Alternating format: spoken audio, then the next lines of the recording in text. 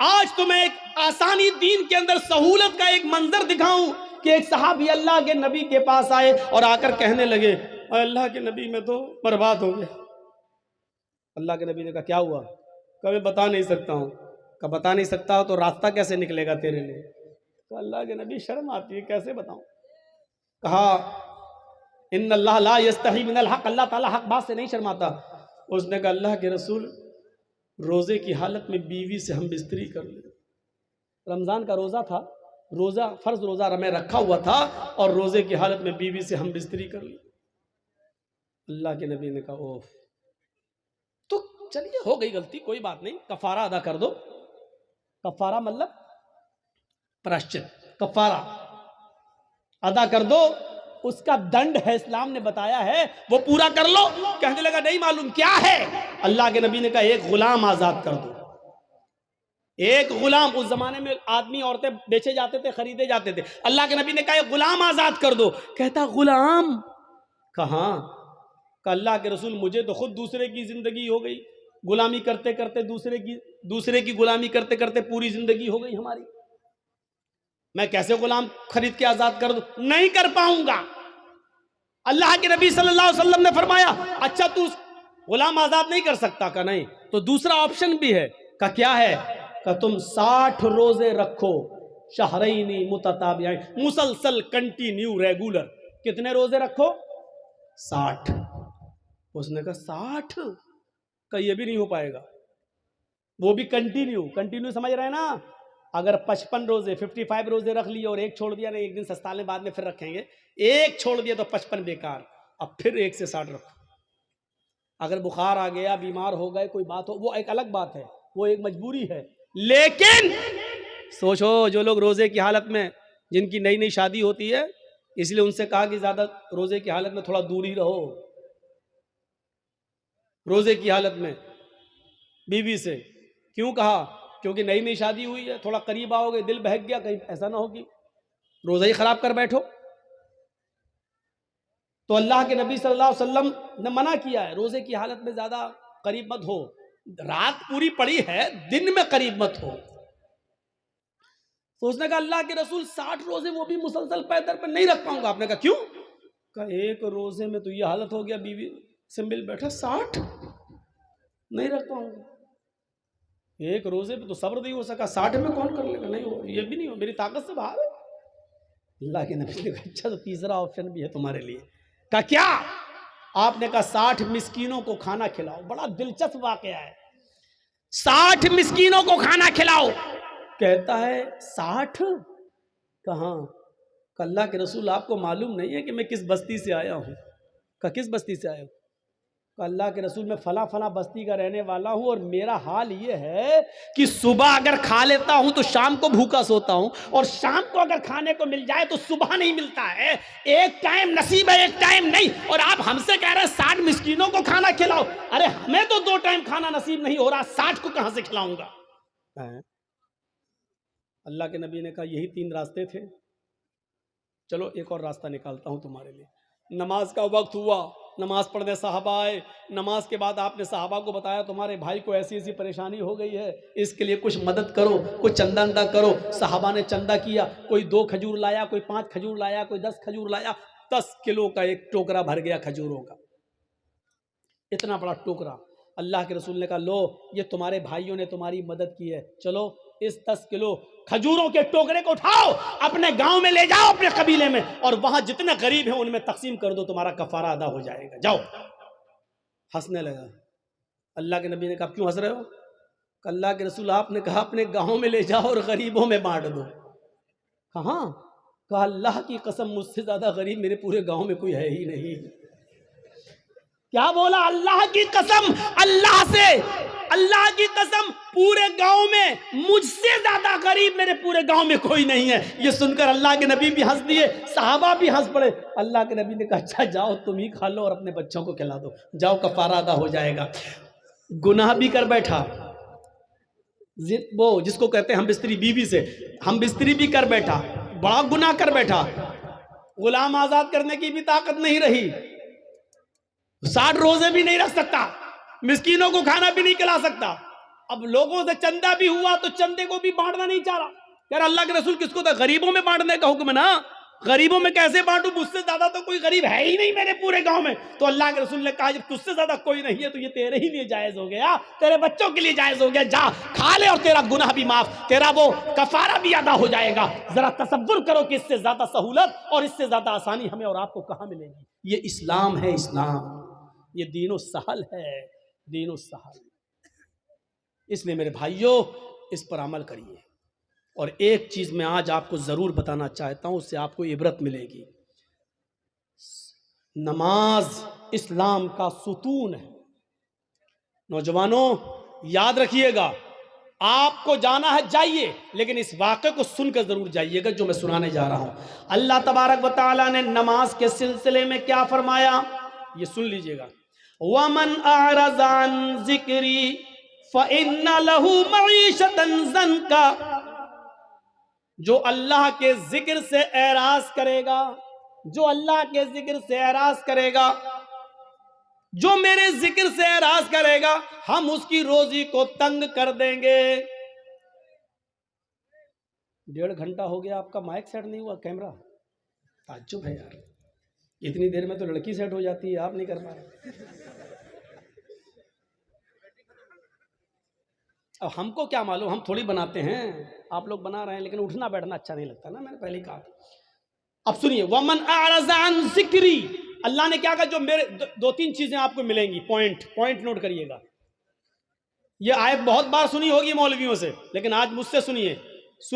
2 چیزیں بتائی ہیں. وَمَنْ أَعْرَضَ عَنْ ذِكْرِي فَإِنَّ لَهُ مَعِيشَةً ضَنْكَ. جو میرے ذکر سے اعراض کرے گا. ابھی اعراض بتاتا ہوں کس کو کہتے ہیں, اب بتانا پڑے گا. اعراض بنگال کا ماحول, اعراض, مولانا صاحب اعراض. وَمَنْ أَعْرَضَ عَنْ ذِكْرِي فَإِنَّ لَهُ مَعِيشَةً ضَنْكَ. جو میرے ذکر سے روگردانی کرے گا, منہ پھیرے گا, ہم اس کی روزی کو تنگ کر دیں گے. اللہ نے یہ نہیں کہا روزی بند کر دیں گے, 2 چیزیں ہیں. اللہ نے کیا کہا, روزی تنگ کر دیں گے. یہ نہیں کہا روزی بند کر دیں گے. روزی تو ملے گی لیکن تنگ کر دیں گے. تنگ کا مطلب ٹائٹ.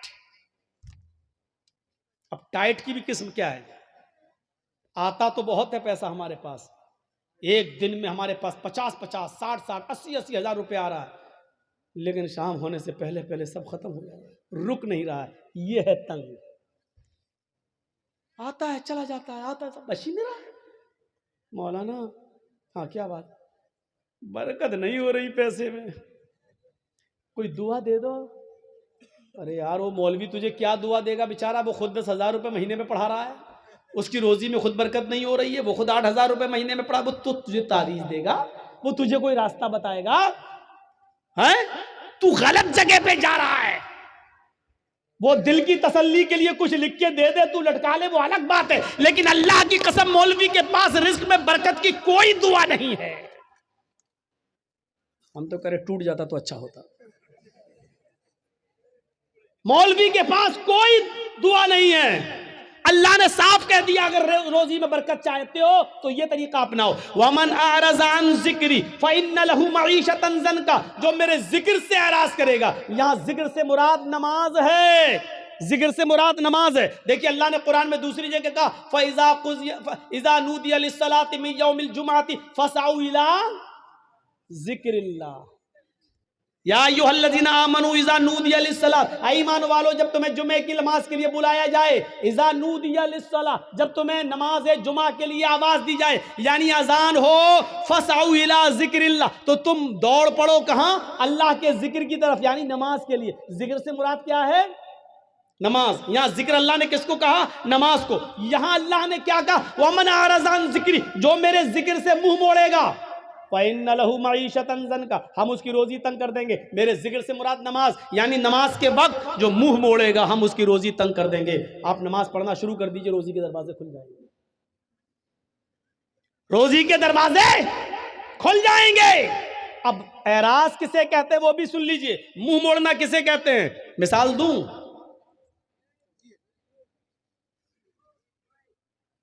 ہمارے نوٹ بھیگ گئے, ہمارے پاس 2-2 ہزار کے نوٹ کی ایک گڈی ہے اور رکھی ہوئی ہے گھر کے آنگن میں, کھلا ہوا ہے, اور بارش ہو رہی ہے ہم کیرم بورڈ کھیل رہے ہیں.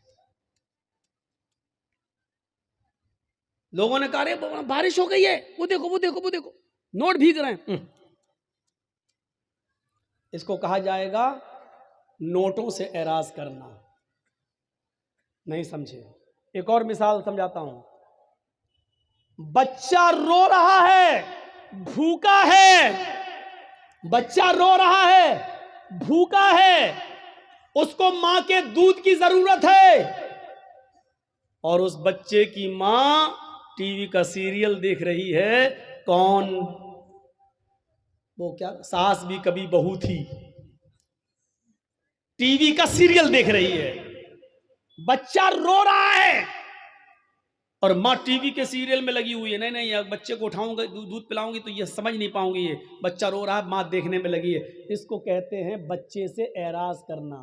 یعنی ماں کو ٹی وی کے سیریل کی فکر زیادہ ہے, بچے کی فکر زیادہ نہیں ہے. حالانکہ بچے کو پھینک نہیں رہی ہے, بچے کو بھگا نہیں رہی ہے, بچے کو گھر سے مار بھی نہیں, ہٹ چپ چپ پہلے دیکھنے دے, چپ چپ, مار بھی نہیں رہی, لیکن رولے دے رہی ہے, پرواہ نہیں کر رہی ہے, ٹی وی دیکھنے میں لگی ہے. اس کو کیا کہا جائے گا؟ اس نے بچے سے منہ پھیر لیا, اس نے بچے سے اعراض کر لیا. سمجھ گئے نا؟ مثلا گھر میں آگ لگ گئی ہے, ہم کرکٹ کھیل رہے ہیں, کسی نے بتایا تمہارے گھر میں آگ لگ گئی ہے, فوراً کرکٹ چھوڑ کے ہمیں گھر جانا چاہیے. جتنا بچ گیا اس کو بچانا چاہیے, جتنا جل گیا اس کے بنانے کی فکر ہونی چاہیے کہ نہیں ہم اس کو بنائیں. اس کی فکر نہیں کر رہا ہے. جو کچھ بچ سکتا ہے پانی وانی ڈال کے اس کو بچانا چاہیے, لیکن نہیں بچا رہا ہے, کرکٹ کھیلنے میں لگا ہے. اس کا مطلب کیا ہے؟ اس نے اپنے گھر سے اعراض کر لیا. اب سمجھ گئے ہوں گے آپ کہ نماز سے اعراض کا مطلب کیا ہے.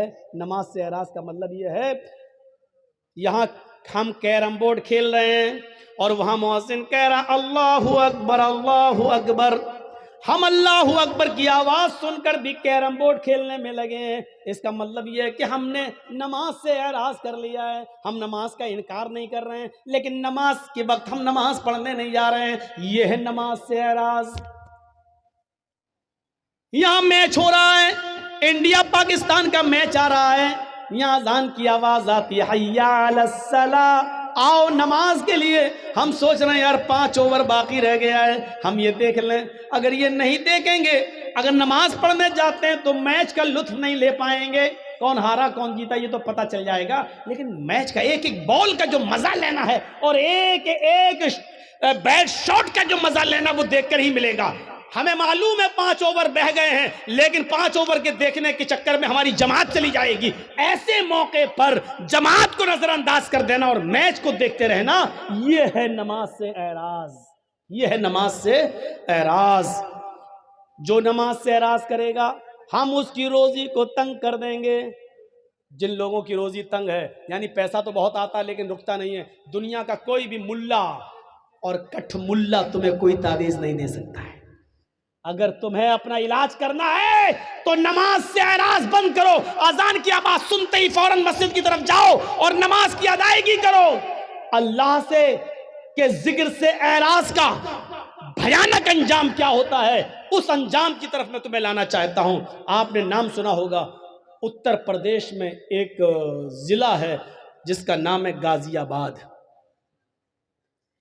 بائی روڈ جب آپ غازی آباد سے دلی جائیں گے, بائی ٹرین کی بات نہیں کر رہا ہوں میں, بائی روڈ جب آپ غازی آباد سے دلی جائیں گے تو غازی آباد اور دلی کے بیچ میں ایک قصبہ پڑتا ہے جس کا نام ہے لونی. جس کا نام ہے لونی. مسلمانوں کی اکثریت یہاں رہتی ہے, مسلمان زیادہ اس بستی میں رہتے ہیں اور سب اللہ کا شکر ہے زیادہ تر دولت مند, پیسے والے اور بڑی بڑی کوٹھیوں کے مالک. سن 1995 کی بات میں بتا رہا ہوں, 1995 کی.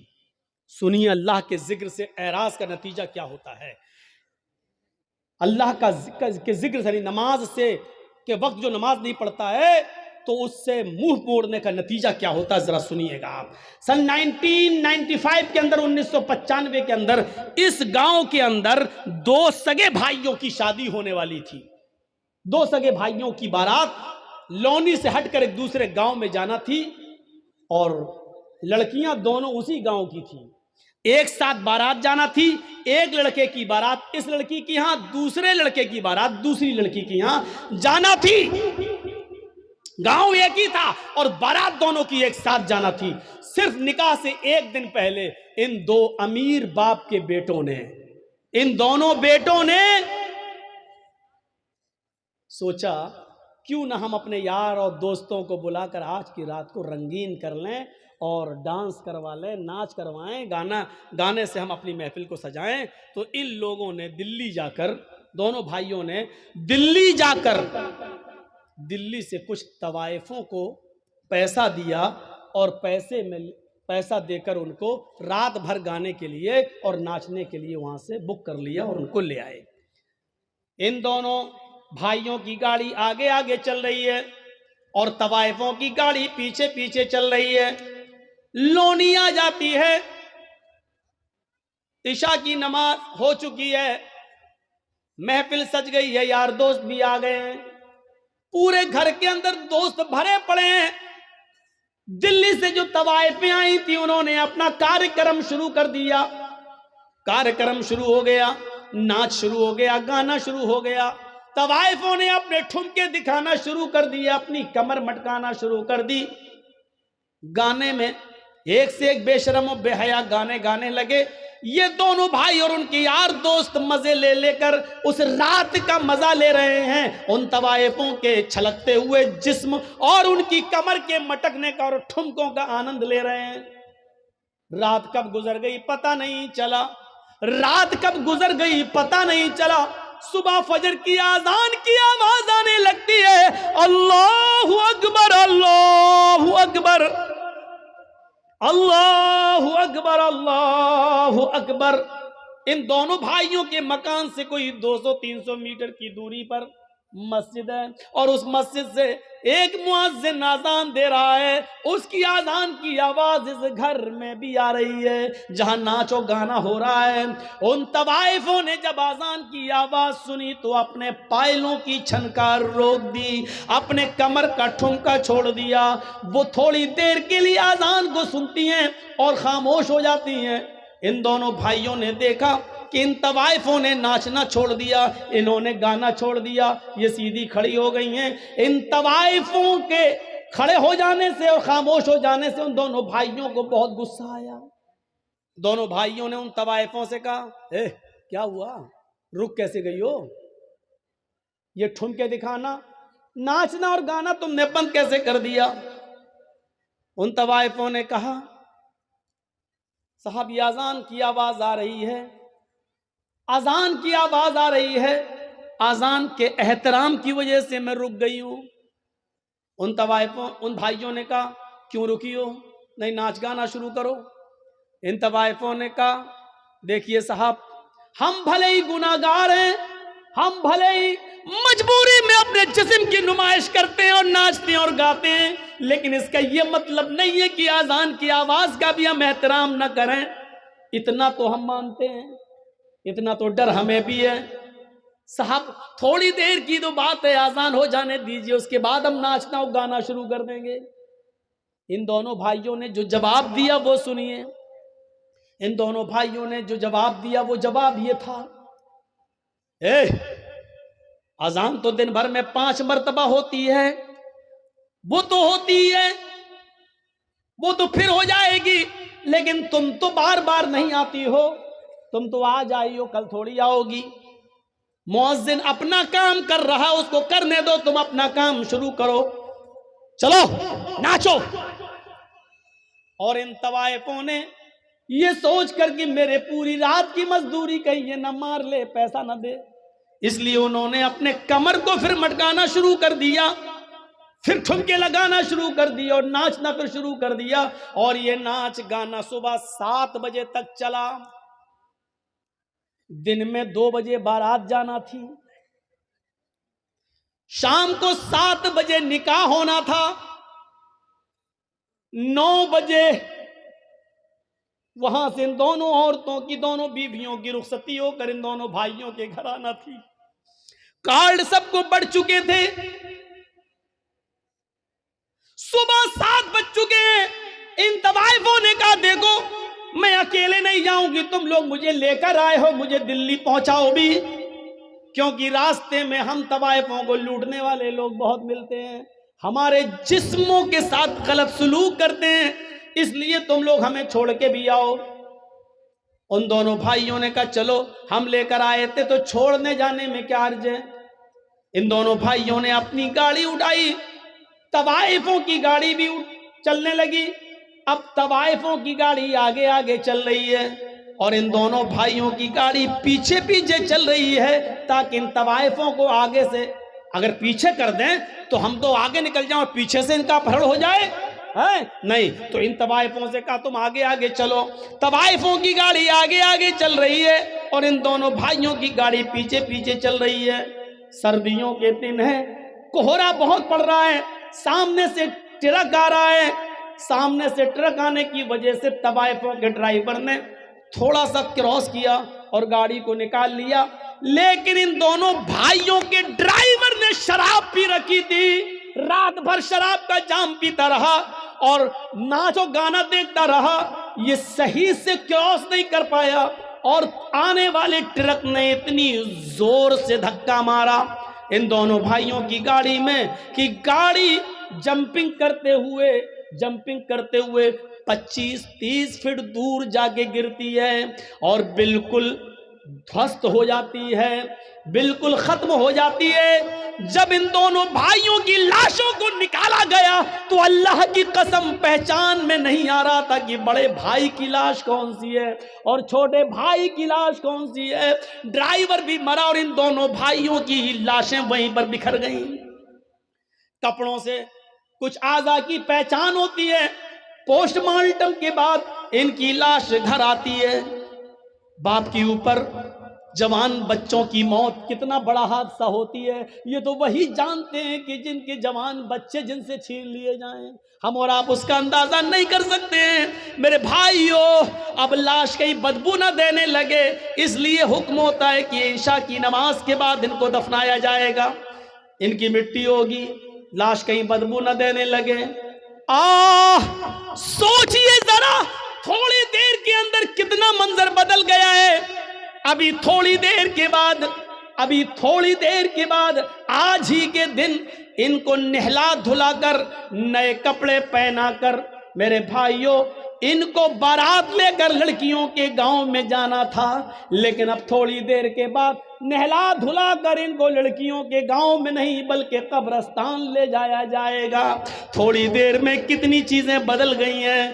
آئے شراب پینے والوں، آئے جوا کھیلنے والوں، کرکٹ بورڈ میں مست رہنے والوں، کرکٹ میں کھیل کھیل کر اپنی جوانی برباد کرنے والوں، لہو و لعب میں پڑنے والوں، 12 اور 1 بجے تک یوٹیوب پر گندی گندی چیزیں دیکھنے والوں، مووی دیکھنے والوں، ذرا سوچو تو صحیح ان نوجوانوں کی حیثیت کیسی بدلتی ہے۔ ابھی ان کو بارات لے کے جانا تھا لڑکیوں کے گاؤں میں، لیکن اب ان دونوں بھائیوں کا جنازہ جا رہا ہے میرے پیارے ساتھیوں قبرستان کی طرف۔ ابھی یہ لڑکے ساتھ میں 300 اور 400 باراتی لڑکے کے گاؤں میں جانا تھے، 300 اور 400 لوگوں کے ساتھ ان دونوں نوجوانوں کو لڑکی کے گاؤں میں جانا تھا، لیکن اب یہ 300 اور 400 لوگ لڑکی کے گاؤں میں کے بجائے اب جنازے میں جا رہے ہیں۔ حیثیت دیکھو۔ ابھی ان دونوں لڑکوں کو سسرال سے آئے ہوئے کپڑے پہننا تھے، نئے کپڑے پہن کر بارات میں جانا تھا، لیکن اب ان دونوں لڑکوں کے جسموں پر سسرال سے کپڑے نہیں بلکہ سفید رنگ کا کفن پہنا کر ان کو قبرستان کی طرف لے جایا جا رہا ہے۔ میرے بھائیوں حیثیت بدل گئی۔ یہ نماز کے وقت ان لوگوں نے طوائفوں کے ناچ کو منہ چلا کے کہا ناچو، مؤذن تو 5 ٹائم اذان دیتا ہے، تم تو روز روز تھوڑی آتی ہو۔ اب سنو، اذان کے ٹائم پر کرکٹ کھیلنے والوں تم بھی اپنے عمل سے یہ ظاہر کر رہے ہو، اذان تو 5 بار ہوتی ہے، کرکٹ روز روز تھوڑی ہوتا ہے۔ آئے کیرم بورڈ کھیلنے والوں اور میچ دیکھنے والوں تم بھی اپنے عمل سے یہ ثابت کر رہے ہو کہ اذان تو 5 بار ہوتی ہے، میچ بار بار تھوڑی ہوتا ہے، آج دیکھ لیتا ہوں پھر تھوڑی ملے گا۔ تم بھی اپنے عمل سے یہی ثابت کر رہے ہو. یاد رکھنا جو ان نوجوانوں کا حال ہوا ہے کل وہ ہمارے ساتھ بھی حادثہ ہو سکتا ہے, حادثہ کسی کے ساتھ بھی ہو سکتا ہے. وَمَنْ أَعْرَضَ عَنْ ذِكْرِي فَإِنَّ لَهُ مَعِيشَةً ضَنْكًا, جو میرے ذکر سے اعراض کرے گا ہم اس کی روزی کو تنگ کر دیں گے. ہم اس سے روزی کو تنگ, یہ نہیں کہا بند کر دیں گے, ہم اس کی روزی کو تنگ کر دیں گے. یہ ہمارے پاس جو آج روزی تنگ ہو چکی ہے میرے پیارے ساتھیوں, اس کی وجہ یہ ہے کہ آج ہم نماز سے دور ہو چکے ہیں. یہ اسلام کی بنیاد ہے, اس کو پکڑے رہو. پھر سنو, یا ایھا الذین آمنوا ادخلوا فی السلم کافہ, اے ایمان والو تم اسلام کے اندر پورے کے پورے داخل ہو جاؤ. ہمیں اسلام کے اندر پورا کا پورا داخل ہونا ہے, آدھا ادھورا نہیں. پورا کا پورا داخل ہونے کا مطلب سمجھتے ہیں؟ میں نے کہیں مثال دی تھی, آپ کو بھی دے دوں. پورا کا پورا اسلام, یہ ایک کھمبا ہے, یہ جو لگا ہے جس پر لائٹ لگی ہے یہ کھمبا ہے. مان لو یہ بجلی کا پول ہے, بجلی کا پول ہے, اور اس کے بغل میں آم کا ایک درخت ہے, آم کا درخت. آپ کیا کہیں گے؟ یہ آم کا درخت ہے, یہ بجلی کا کھمبا ہے, بجلی کا پول ہے. آندھی آئی یا تیز ہوا چلی, جیسے ابھی تھوڑی سی بارش ہو گئی, تیز ہوا چلی اور آم کے پیڑ سے چند پتے 10 15 20 پتے ٹوٹ کر بجلی کے پول پہ چپک گئے. تو ان 10 15 پتے جو چپک گئے, تو ان پتوں کو دیکھ کر کیا کوئی اس بجلی کے پول کو آم کا پیڑ کہے گا؟ ہم سے کوئی پوچھے صاحب یہ کیا ہے, میں آم کا پیڑ ہے, تو کیا کہے گا آدمی؟ مولانا جرجیز پاگل ہو گئے, ان کو پاگل خانے میں بھرتی کرو. ارے یہ آم کا پیڑ نہیں ہے, یہ بجلی کا پول ہے. نہیں صاحب اس پہ تو آم کے پتے لگے ہوئے ہیں. 10 15 پتے وہ وہاں سے گرے, اس پہ چپک گئے. تو 10 15 20 پتوں کے چپکنے کی وجہ سے ایک بجلی کا پول آم کا درخت نہیں ہو سکتا ہے. صحیح بات ہے نا؟ تو 2-4 نمازیں پڑھ لینے سے اور 2-4 روزہ رکھ لینے سے ہم اور آپ مسلمان کیسے ہو سکتے ہیں؟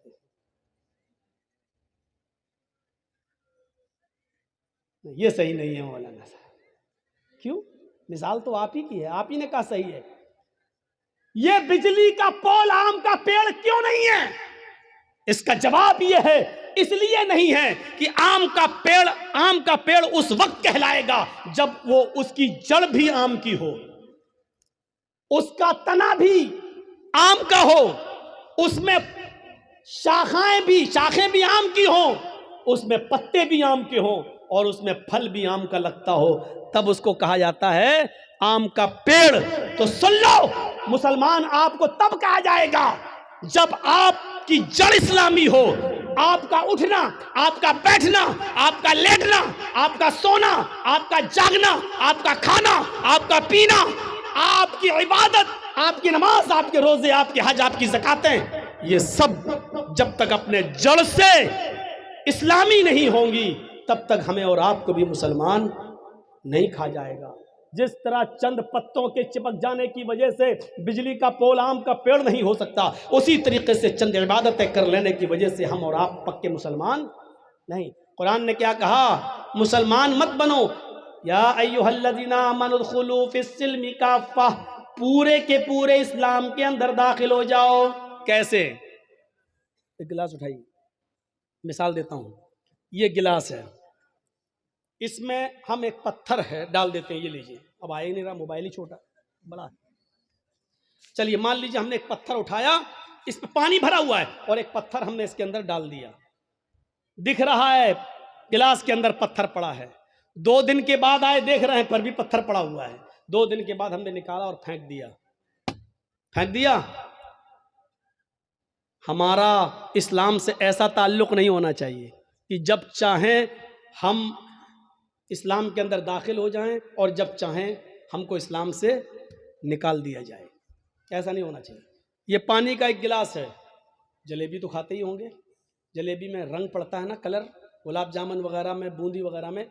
آپ جو کھانے والا رنگ ہے 2 روپے کا رنگ لے آئیے اور اس پانی میں ڈال دیجیے اور پانی رکھ دیجیے.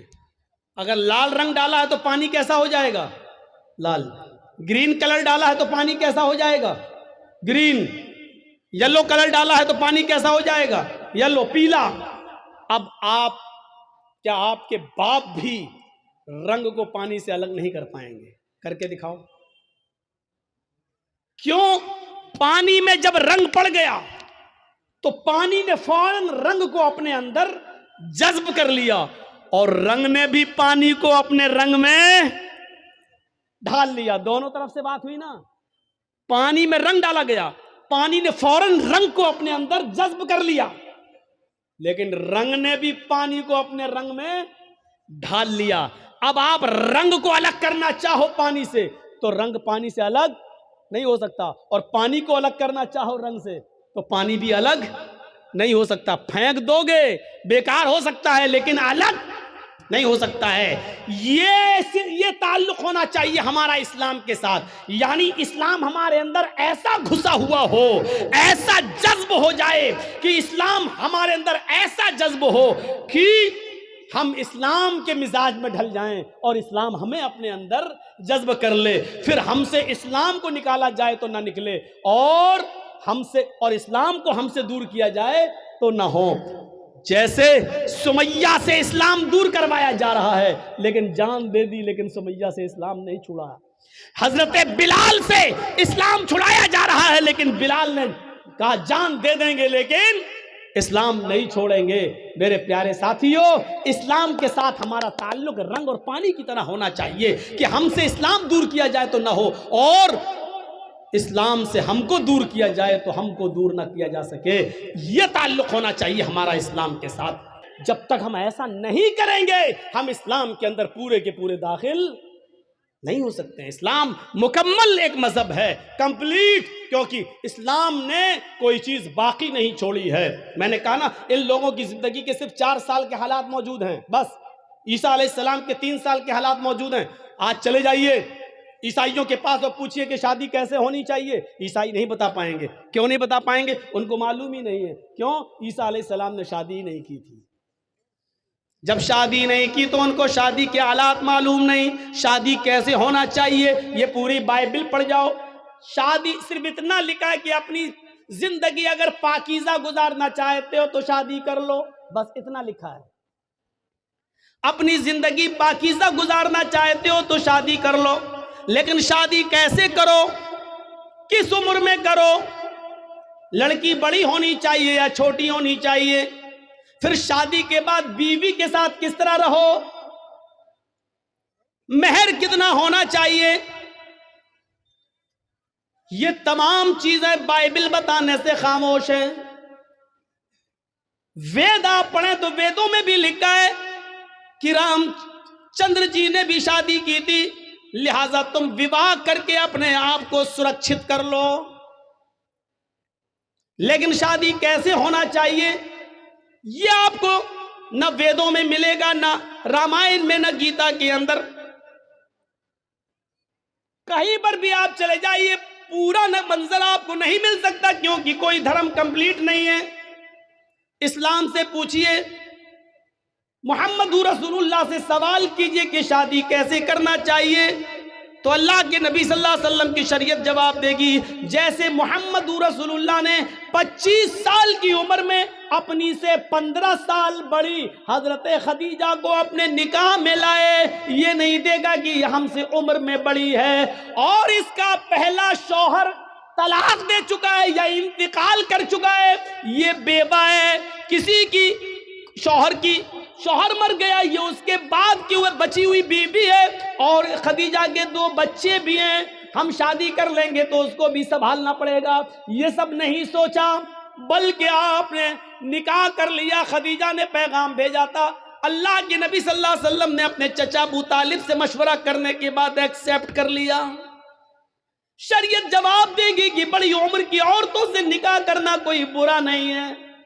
پھر شریعت یہ بھی کہتی ہے, محمد رسول اللہ جواب دیں گے کہ میں نے عائشہ سے بھی نکاح کیا جو ہم سے عمر میں بہت چھوٹی ہیں, لہٰذا اگر کوئی چھوٹی عمر سے شادی کرنا چاہے تو چھوٹی عمر کی لڑکی سے بھی نکاح کیا جا سکتا ہے, اس میں کوئی برائی نہیں ہے. لیکن رہنا ویسے اگر تمہاری بیوی عمر میں بڑی ہے تو ویسے رہو جیسے میں خدیجہ کے ساتھ رہا، اگر تمہاری بیوی عمر میں چھوٹی ہے تو ویسے رہو جیسے میں عائشہ کے ساتھ رہا۔ غور کیجئے، آپ کو ایک ایک چیز کا ثبوت ملتا چلا جائے گا، کوئی چیز باقی نہیں ہے، یہاں تک کہ سونے کے آداب تک لکھے، میاں اور بیوی کو کس طرح اپنی زندگی گزارنا چاہیے وہ تک ملے گا، یہاں تک کہ میاں اور بیوی کے جسمانی اور شاریرک سمبند کیسے ہونا چاہیے جناب محمد رسول اللہ نے اس کو بھی باقی نہیں چھوڑا، اور وہ بھی بتا دیا، کیونکہ اسلام ایک کمپلیٹ مذہب ہے۔ جیسے ماں اور باپ اپنے بچے کو انگلی پکڑ کے چلنا سکھاتے ہیں، ماں کے پیٹ سے بچہ پیشاب اور پائخانہ کرنے کو صاف کرنے کا طریقہ سیکھ کے نہیں آتا، وہ اپنے ماں اور باپ سے سیکھتا ہے، اسی طریقے سے محمد رسول اللہ نے بھی ہمیں انگلی پکڑ کے چلنا سکھایا ہے، سب کچھ بتا دیا ہے کہ تمہیں ایسا کرنا ہے، ایسا کرنا ہے، ایسا کرنا ہے، ایسا کرنا ہے۔ یہ کمپلیٹ مذہب ہے، کمپلیٹ مذہب ہے اسلام، اسی لیے اس کو مذہب کہا گیا ہے۔ باقی اور دوسرے مذہب جو ہیں وہ مذہب نہیں ہے، مذہب نہیں ہے، ازم ہے، ہندو ازم ہے، عیسائی ازم ہے، جین ازم ہے۔ ازم کا مطلب ہوتا ہے جس میں باؤنڈری نہ ہو، اور مذہب کا مطلب ہوتا ہے جس میں باؤنڈیشن ہو، جس میں باؤنڈیشن ہو۔ کچھ جانور حلال ہیں، کھا سکتے ہو، لیکن ہر جانور نہیں کھا سکتے ہو۔ چائے پی سکتے ہو، دودھ پی سکتے ہو، لیکن ہر پینے والی چیز نہیں پی سکتے ہو، شراب نہیں۔ اچھا مولانا شراب تو چھوڑو، بیڑی سگریٹ وہ بھی نہیں، ایک باؤنڈیشن ہے۔ مولانا اس پہ بول دیجئے، اس پہ بول دیں گے تو پھر کون بلائے گا، کیونکہ سارا معاملہ تو اسی پہ ٹکا ہوا ہے پورے اورنگ آباد کا۔ اب ٹکا ہے تو کوئی کیا کرے، لیکن اس کی وجہ سے کوئی حق بات بولنا چھوڑ دے، پھر فرق کیا رہ جائے گا، پھر بات کیا رہ جائے گی؟ میرے پیارے ساتھیوں، حق بات اگر آپ کے اور ہمارے خلاف جائے تو جانا چاہیے، مولانا کو باؤنڈیشن نہیں کرنا چاہیے، نہیں اس پہ نہیں بول سکتے، اس پہ بول سکتے، اس پہ نہیں، ہمیں اپنے آپ کو سدھارنا چاہیے۔ اسلام کو اپنی مرضی کے مطابق ہمیں اور آپ کو نہیں ڈھالنا ہے، بلکہ اسلام کے منشا کے مطابق ہمیں اور آپ کو چلنا چاہیے، یہ ہونا چاہیے اسلام، یہ ہونا چاہیے اسلام۔ تو میرے بھائیو، یہ مکمل ایک مذہب ہے اسلام، کمپلیٹ ایک مذہب ہے اسلام، اس کے اندر اٹھنا، بیٹھنا، لیٹنا، سونا، جاگنا، کھانا، پینا، شادی بیاہ، ہر چیز کا طریقہ آپ کو اس کے اندر ملے گا۔ شادی کا طریقہ کیا ہے؟ ہمارے یہاں کیا ہوتا ہے؟ لڑکے کی بارات جا رہی ہے، بارات 300 آدمی جا رہے ہیں صاحب، گاڑیاں 100 150 200 آدمی جا رہے ہیں، سنیے گا منشا کیا اسلام کا، جا رہے ہیں بارات میں جا رہے ہیں، حاجی صاحب کے بیٹے کی بارات ہے، حاجی صاحب سمجھ رہے ہیں نا، سعودی عرب گئے تھے حج کر کے، بہت سی ٹوپی ووپی لا کے سب کو بانٹا تھا انہوں نے، سعودیہ سے رومال بھی لائے تھے، ڈلا ہے لال رنگ کا رومال، حاجی صاحب نے شادی کے دن اوڑا ہے، بیٹے کی شادی ہے، داڑھی پہ ہاتھ پھیر رہے ہیں، منہ میں پان چل رہا ہے، جرجیت صاحب پوچھ رہے ہیں حاجی جی آج تو ماشاءاللہ جوان لگ رہے ہو، کیا بات ہے، چہرے پہ بڑی رونق ہے، بیٹے کی بارات جا رہی، میرے بیٹے کی بارات جا رہی۔ اچھا بارات کیا ہوتی ہے معلوم ہے؟ بارات، یہ بارات کا تصور کہاں سے آیا؟ 100 150 200 سال پہلے جب ہمارے ہندو بھائیوں میں جب وہ اپنے لڑکے کی بارات کسی دوسرے شہر میں لے جاتے تھے تو ڈر ہوتا تھا کہ کہیں لوٹ نہ جائے قافلہ، کہیں یہ لوگ اکیلے اگر لڑکا لڑکی شادی کر کے آئیں گے تو کہیں لوٹ نہ لیے جائیں، سونا چاندی زیورات لٹ جائیں، تو ایسا نہیں ہوتا تھا، پھر وہ لوگ 100-50 آدمی کو لے کے نکلتے تھے گھوڑوں پر، جو بھی چیز ملتی تھی اس پہ جاتے تھے دوسرے شہر، اور وہاں سے لڑکی کی ودا کرا کے اپنے ساتھ لاتے تھے تاکہ لوٹے نہ جائیں اور قافلے والے سامان نہ لوٹ لیں، تو وہاں سے یہ رسم نکلی اور نکلتے نکلتے آج اس نے بارات کا نام پا لیا، بارات کا۔ آج یہ حال ہے، ایک گھر سے دوسرے گھر میں بھی بارات جا رہی ہے تو 200 آدمی چاہیے، ان کو بارات نہیں کہنا چاہیے، سچ پوچھو مولانا جرجیس کے حساب سے تو ان کو چور کہنا چاہیے، ڈکیت، ڈاکو، یہ باراتی نہیں ہے، ڈکیت جا رہے ہیں، ڈاکو، لڑکی والے کے گھر ڈاکہ ڈالنے جا رہے ہیں، وہاں جا کے بیٹھ گئے صاحب، جیسے ان کے باپ کا گھر ہو. اب غریب لڑکی والا بیچارہ وہ ان کو اچھے سے اچھا کھلا رہا ہے. وہ جانتا ہے کہ اگر کھانے پینے میں تھوڑی سی بھی کمی ہو گئی تو زندگی بھر میری بیٹی کو تانا مارے گا. یہ پورا سماج جتنے آئے ہیں، یہ چور، یہ ڈکیت، یہ سب تانا ماریں گے، دیکھو اس کے باپ نے ایسا کھلایا، کوئی عزت نہیں کی ہے. تو بیچارہ وہ ان چوروں کا پیٹ بھرنے کے لیے ان ڈکیتوں کا حلق تک ٹھوس دیتا ہے، لو کھاؤ، پہلے ناشتہ پھر کھانا، یہاں تک ٹھوس دیتا ہے اس کے صرف اس لیے کہ میری بیٹی کا گھر بس جائے. جبکہ اس کا قرض ادا کرنے کے لیے بیچارہ سالوں سال اس کا بیاج دیتا رہتا ہے، لیکن قرض ادا نہیں کر پاتا ہے. یہ کون سوچے گا؟ ان غریب لڑکیوں کے جو ہاتھ پیلے نہیں ہو رہے ہیں، یہ کون سوچے گا؟ ذرا تصور کرو کہ ایک موٹر سائیکل پہ وہ لڑکا کیسے بیٹھ جاتا ہے. ہر ہر صاحب بڑی اچھی گاڑی ہے ماشاءاللہ، کہاں سے ملی؟ کتنے میں خریدی؟ جہیز میں ملی. جہیز میں ملی. ارے اس کو کہنا چاہیے بھیک میں ملی، کہتا جہیز میں ملی. اس کو کہنا چاہیے میرے سسر نے مجھے انٹرنیشنل بھکاری سمجھ کے دی، وہ کہتا گفٹ میں دی. نام بدل گئے. دیکھ لیجئے آپ، جو چیز بھیک میں ملی اس کو کہنا جہیز میں ملی، اس کو کہہ رہا جہیز میں ملی. جس کو کہنا چاہیے میرے سسر نے مجھے انٹرنیشنل بھکاری سمجھ کے دیا، بھیک میں دی، اس کو گفٹ کہہ رہا. گفٹ. ارے نام بدل دینے سے حیثیت نہیں بدل دی جاتی ہے. شراب کا نام دوا رکھ دو تو شراب شرابی رہے گی، دوا نہیں ہو جائے گی. مولانا جرجیز کی شیروانی اتار کر کسی سور کو پہنا دو تو کیا وہ سور مولانا جرجیز بن جائے گا؟ لباس بدل دینے سے سور سور ہی رہے گا، گدھا گدھا ہی رہے گا، کتا کتا ہی رہے گا، بھیک بھیک ہی رہے گی. اس کا نام دہیج جہیز رکھ دینے سے معاف کرنا، بھیک کا نام نہیں بدل جائے گا. عورتوں نے ننگے پن کا نام فیشن رکھ دیا. کیا رکھ دیا؟ فیشن. اللہ کے رسول نے تو نہیں کہا وہ فیشن ہے. اللہ کے نبی نے تو کہا نساء کاسیات عاریات. ایک ایسا زمانہ آ جائے گا کہ تم عورتوں کو دیکھو گی کہ وہ کپڑے پہنے ہوں گی لیکن ننگی ہوں گی. اللہ کے نبی نے تو یہ کہا تھا کہ وہ کپڑے پہنے ہوں گی لیکن ننگی ہوں گی. کپڑا پہننے کے باوجود بھی کوئی ننگی ہوتا ہے؟ نہیں. لیکن نبی نے کہا کپڑے تو پہنیں گی لیکن ننگی ہوں گی. کپڑا پہنیں گی لیکن ہاتھ دکھیں گے، کپڑا پہنیں گی لیکن پیٹ دکھے گا، کپڑا پہنیں گی ان کے جسم کا اتارو چڑھاؤ دکھے گا. یعنی وہ ایسے تنگ کپڑے پہنیں گی کہ جس سے اگر کوئی ٹیلر کوئی درجی ان کو دیکھ لے تو ناپ لینے کی ضرورت نہ پڑے. وہ اپنی آنکھوں میں پورا کا پورا بسا لے کے اس کا سینہ اتنا، اتنی اس کی کمر اتنی، اس کی بلاؤز کا سائز اتنا، وہ صرف ایک نظر دیکھ کر اندازہ لگا لے کہ اس کی ساڑی کا ناپ کتنا، اس کے بلاؤز کا ناپ کتنا، اس کے پیٹ کا ناپ کتنا، اس کی کمر کا ناپ کتنا، اس کے سینے کا ناپ کتنا. ایسی عورتوں کو بتایا اللہ کے نبی نے کہ کپڑے تو پہنیں گی لیکن ننگی ہوں گی. نبی نے تو ان کو ننگا کہا ہے. اب ہمارے یہاں نام بدل گیا، یہ فیشن ہے، یہ فیشن ہے. لڑکیاں چپکے ہوئے کپڑے پہن کر مارکیٹ جا رہی ہیں، ان کی ران سے کپڑا چپکا ہے، ان کی پنڈلی سے کپڑا چپکا ہے. ہم کہہ رہے ہیں فیشن ہے یہ. میرے بھائیوں، تمہارے نام بدل دینے سے ان کا ننگا پن ختم نہیں ہو جائے گا.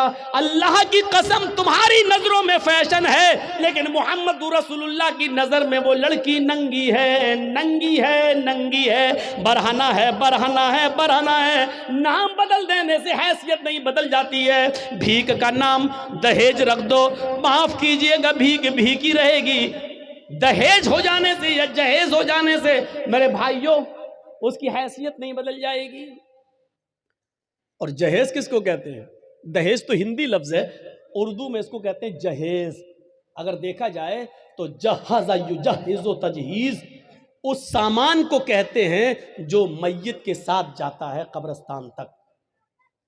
کہتے ہیں تجہیز و تکفین ہو گئی اس کی. عربی میں بولا جاتا ہے اردو میں کہ اس کی تجہیز، ایک فلاں آدمی مر گیا، انتقال ہو گیا ہے، اس کی تجہیز، اس کی تکفین 2 بجے ہوگی. اس کا مطلب کیا ہے؟ تجہیز سے بنا ہے جہیز. مرنے والے کے ساتھ جو سامان جاتا ہے، کفن افن وغیرہ، چارپائی وغیرہ، اس کو کہا جاتا ہے جہیز. آج وہ جہیز شادی کے بعد ہمیں ملتا ہے. ذرا اندازہ لگائیے گا کہ کتنا برا لفظ ہے جو مرنے کے بعد میت کے ساتھ جاتا ہے، وہ ہم شادی کے موقع پہ لیتے ہیں. جہیز کے نام پر. اتنا سننے کے باوجود بھی وہ پاگل ہی ہوگا جو کل شادی کرے اور پھر جہیز لے لے. یہ سننے کی بات بھی. اب غور کریں آپ، شادی ہمارے یہاں کیسی ہو رہی ہے. پہلے باراتی پہنچ گئے، اب چلو چور اور ڈکیت کہہ دیا کافی ہے، اب باراتی کہہ دے رہا ہوں، بار بار برا نہ لگے. پہنچ گئے، ہو گیا سب. لیکن اللہ کے رسول کے زمانے میں شادی کیسی ہوتی تھی؟ وہ سارے واقعات آپ کے سامنے ہیں، سنے ہوں گے. ایک عورت اللہ کے نبی کے پاس آئی اور کہنے لگی کہ اللہ کے رسول، میں آپ سے شادی کرنا چاہتی ہوں، انی احب لک، میں اپنے آپ کو ہبہ کر رہی ہوں. تو اللہ کے نبی صلی اللہ علیہ وسلم نے کیا فرمایا؟ اب مجھے ضرورت نہیں ہے. وہاں ایک صحابی بیٹھے ہوئے تھے، فوراً کہنے لگے اللہ کے رسول اگر آپ کو ضرورت نہیں ہے تو میرے ساتھ کروا دیجیے اس کی شادی. کوئی بری بات نہیں کہی انہوں نے، میرے ساتھ کروا دیجیے. اللہ کے نبی نے کہا تم کرو گے؟ کہا ہاں مجھے ضرورت ہے بیوی کی. اس عورت سے پوچھا کہ تم اس کے ساتھ کرو گی؟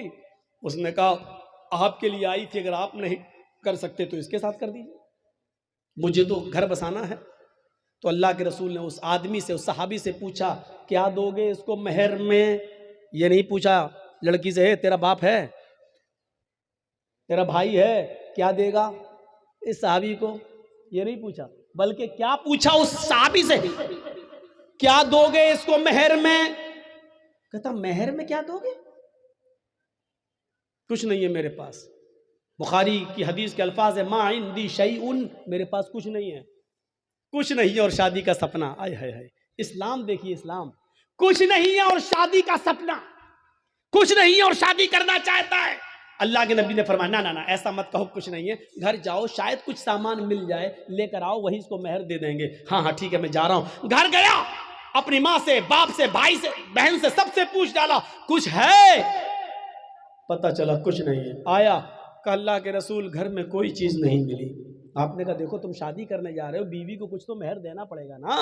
پتہ چلا مہر نقد ہونا چاہیے، کچھ تو ملے گا. کہنے کچھ نہیں ملا. اللہ کے نبی نے کہا دوبارہ جاؤ.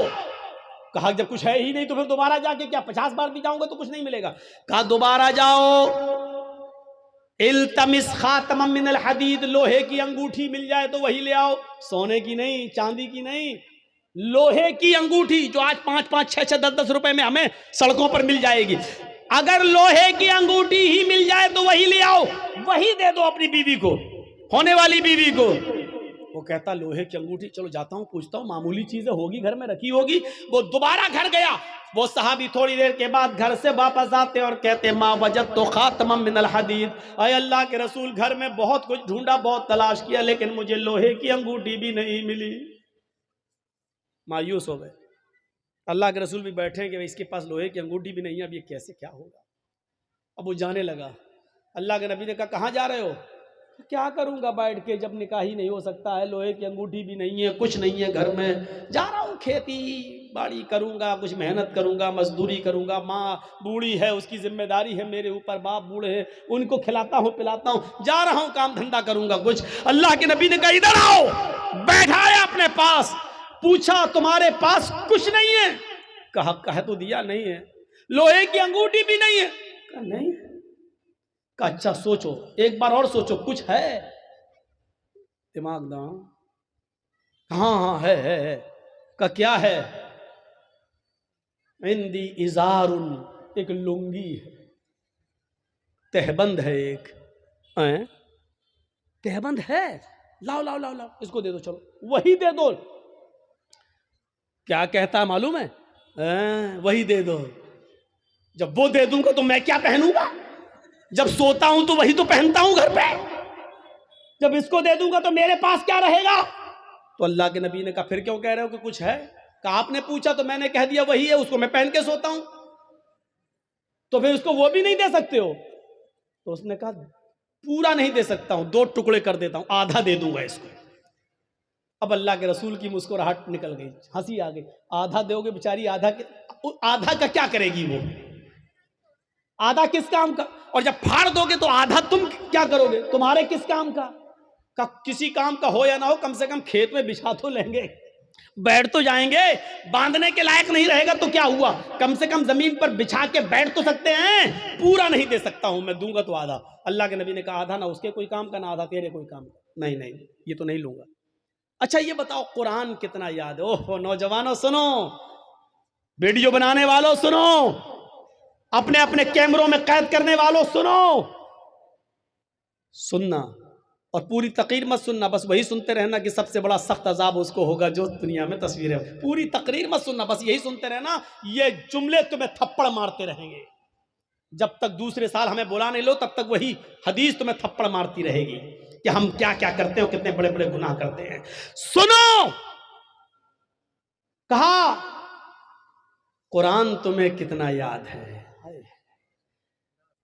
سونا نہیں, چاندی نہیں, کپڑا نہیں, دولت نہیں, یہاں تک کہ بیوی کو دینے کے لیے لوہے کی انگوٹھی بھی نہیں. اتنا غریب گھر کا صحابی, لیکن جب اس سے پوچھا کہ تمہیں قرآن کتنا یاد ہے, سر اٹھاتا ہے, کہتا ہے اللہ کے رسول مجھے سورہ ملک یاد ہے, مجھے سورہ حشر یاد ہے, مجھے سورہ جمعہ یاد ہے, مجھے سورہ منافقون یاد ہے, مجھے سورہ نبا یاد ہے, مجھے سورہ قیامہ یاد ہے. اللہ کے نبی نے فرمایا کیا تمہیں اتنی صورتیں یاد ہیں؟ کہا ہاں. آپ نے کہا کیا تم مجھے منہ زبانی بغیر دیکھے سنا سکتے ہو؟ اس نے کہا.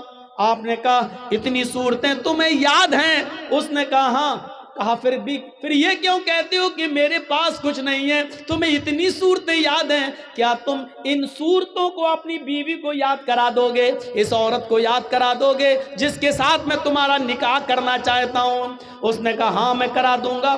اس عورت سے پوچھا اگر تیرے شوہر کے تیرے نکاح کے مہر میں اگر قرآن کی ان صورتوں کو میں مہر بنا دوں اور انہی صورتوں کو تو اپنا مہر مان لے تو کیا تو اس سے نکاح قبول کر لے گی؟ کیا ان قرآن کی صورتوں کو اپنا مہر مان لے گی؟ کہنے لگی روتے ہوئے اے اللہ کے نبی, جس عورت کی شادی میں, جس عورت کے نکاح میں قرآن کی صورتیں مہر بن جائیں, اس سے زیادہ بابرکت نکاح کس کا ہو سکتا ہے؟ اس سے زیادہ پاکیزہ نکاح کس کا ہو سکتا ہے؟ پھر اللہ کے نبی نے ان صورتوں کو ہی مہر بنا دیا اور اس کے بعد نکاح پڑھا دیا. اس عورت کا نہ کوئی باپ تھا, نہ چچا تھا, نہ بھائی تھا, اس لیے خود اللہ کے رسول قاضی کی حیثیت سے اس کے ولی بن گئے, سرپرست بن گئے, اور آپ نے اس کا نکاح کر کے اسی دن بھیج دیا. نہ بارات کا پتہ تھا, نہ ابڑنے کا پتہ تھا, نہ ہلدی کا پتہ تھا, نہ مہندی کا پتہ تھا, نہ لڑکیاں لڑکے کو دیکھنے آئیں, نہ لڑکی والے دیکھنے آئے. وہیں پر نکاح ہوا اور سب کچھ ہو گیا سارا. اور سنو, یہ نکاح جتنی سادگی کے ساتھ ہوا, 1400 سال کے بعد آج بھی اس نکاح کا چرچا ہوتا ہے, اس نکاح کا تذکرہ ہوتا ہے, اس نکاح کا ذکر ہوتا ہے. 1400 سال کے بعد بھی اس نکاح کا ذکر ہو رہا ہے. تو میرے بھائیوں, میں کہنا یہ چاہ رہا تھا کہ اسلام مکمل ایک مذہب ہے, مکمل کمپلیٹ ایک دین ہے, کمپلیٹ. اسلام کے علاوہ کوئی دین کمپلیٹ نہیں ہے. اسلام کی خصوصیت ایک اور ہے. کیا ہے؟ یہ دین معتدل ہے. معتدل کس کو کہتے ہیں؟ آئیے ذرا سن لیجئے. دین معتدل, اعتدال, جس کے اندر میاں نہ روی ہو, جس کے اندر نہ بہت زیادتی ہو نہ بہت کمی ہو. اعتدال, یہ صرف اسلام کی خصوصیت ہے. کیا ہوا؟ کچھ ہوا ہے؟ بارش ہو رہا ہے تو تھوڑا دیر بیٹھیے, جب تیز ہوگی تو سب سے پہلے تو ہم ہی بھاگیں گے. جب تک ہم بیٹھیں تب تک آپ بیٹھے رہیے. سنیے, اچھا پنڈال ہے, واٹر پروف پنڈال ہے, آپ لوگ ڈریے نہیں. صحابہ کرام نے اسلام کے لیے اپنی جانیں لٹا دی. آپ تھوڑی سی بارش برداشت نہیں کر سکتے ہیں؟ بیٹھیے, آج آپ کے ایمان کا امتحان لینا ہے. آج آپ کے ایمان کا امتحان لینا ہے. جو یوگی اور مودی کا پرستار ہے وہ جائے, جو محمد رسول اللہ کا پرستار ہے وہ بیٹھے, جو ایمان جس کے دل میں ہے وہ بیٹھے, جس کو ان سیاسی لیڈروں سے محبت ہے وہ جائے, جس کو ایمان سے پیار نہ ہو وہ جائے, جس کو محمد رسول اللہ کی شریعت سے پیار ہے وہ یہاں بیٹھے, وہ یہاں سنے. میرے بھائیو, اسلام ایسے ہی نہیں ملا ہے, ایسے ہی نہیں ملا ہے. صحابہ کی قربانیوں کے بعد، ان کی گردنیں کٹنے کے بعد، ان کی شہادتوں کے بعد یہ اسلام ہم تک آیا ہے. سمیہ رضی اللہ تعالیٰ عنہ نے اپنی شرمگاہ میں نیزہ داخل کروایا تھا، لیکن اللہ اللہ کہتی رہی تھی. اس کے دونوں پیر باندھ دیے گئے تھے، چیر دی گئی، جسم سے 2 ٹکڑے کر دیے گئے، لیکن اسلام کو نہیں چھوڑا.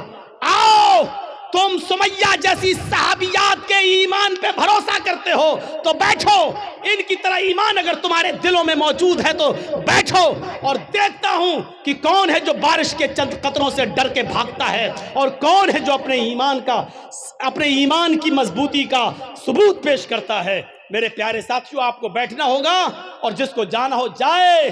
جس کے جیب میں نوٹوں کی گڈی ہو اور بارش کے قطروں سے اس کے بھیگ جانے کا ڈر ہو، وہ جائے یہاں سے.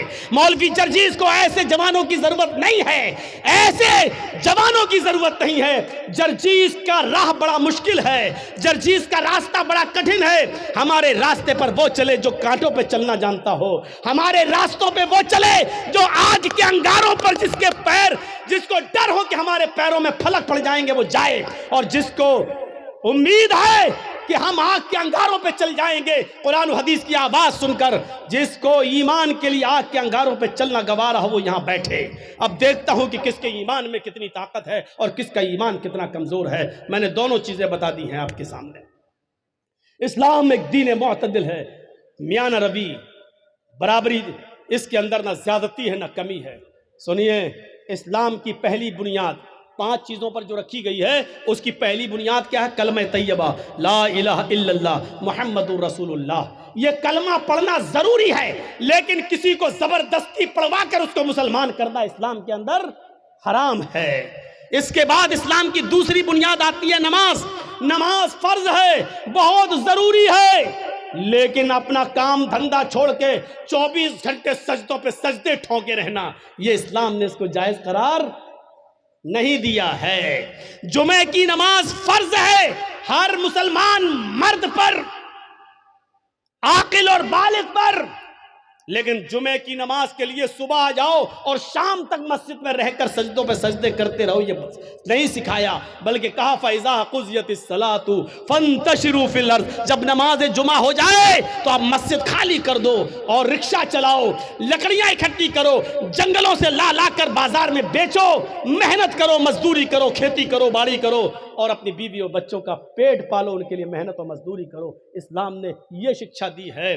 نماز فرض ہے، لیکن 24 گھنٹے سجدہ کرنا اسلام کے اندر جائز نہیں ہے.